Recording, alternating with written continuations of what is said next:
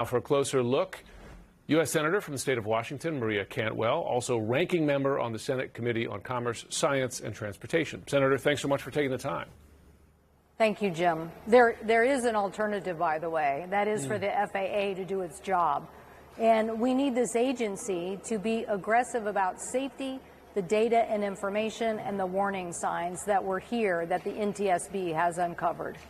Yeah, the warning signs stood out to me, particularly this revelation that between 2021 and 2024, there were 15,000 near-miss events in the area, which, as someone who flies in and out of that airport all the time, I would have liked someone to do something about it prior to a deadly event such as this. What took so long?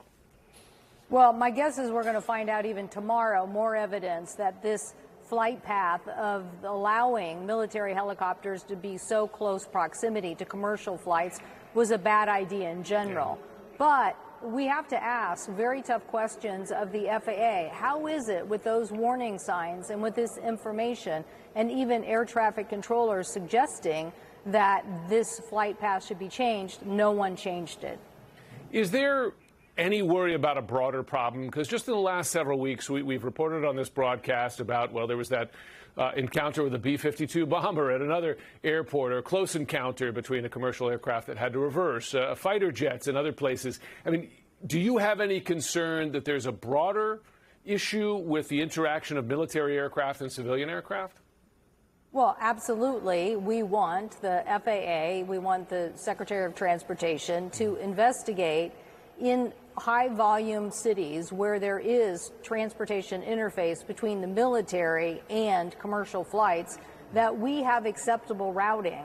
If there's something that exists in DCA where just a calculation of being off by a few hundred feet could cause such a calamity, my heart still breaks for these families. They had to sit there and listen to all of this yesterday, today. I can't even imagine. And so we want to make sure that if the FAA didn't take the precautions in this particular area, corridor, what other corridors they might also be missing. It's a fair question. The other issue, and this has been a subject of focus since really the moments after the crash, that there was one controller handling two roles at the time, and this seems to be part of a broader issue. There was this 2023 FAA safety review that found that staffing combined with outdated equipment and technology was, quote, rendering the current level of safety unsustainable.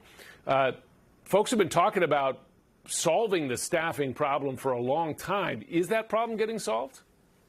Well, we did pass an FAA bill that increased the staffing, and I can tell you we were advocates from the very beginning that the #1 priority in the legislation should be increasing the amount of air traffic controllers. We can't ask people to work on 6 days' work. We can't have staffing shortages. We can't have people underskilled, not ready to handle the job. We need to make sure that we have the best qualified people. The other thing is, Jim, I think we have to think about is that we are now back to above 2019 levels. For a while, transportation took a break, if you will, during COVID, post-COVID. But now we are back into growth numbers above 2019. And I think we have to ask ourselves, what kind of stress is that putting on the system? I want the FAA to wake up every day. I want the new administrator to wake up and say, what kind of stress is that putting on the system that we may not be calculating and take account for it?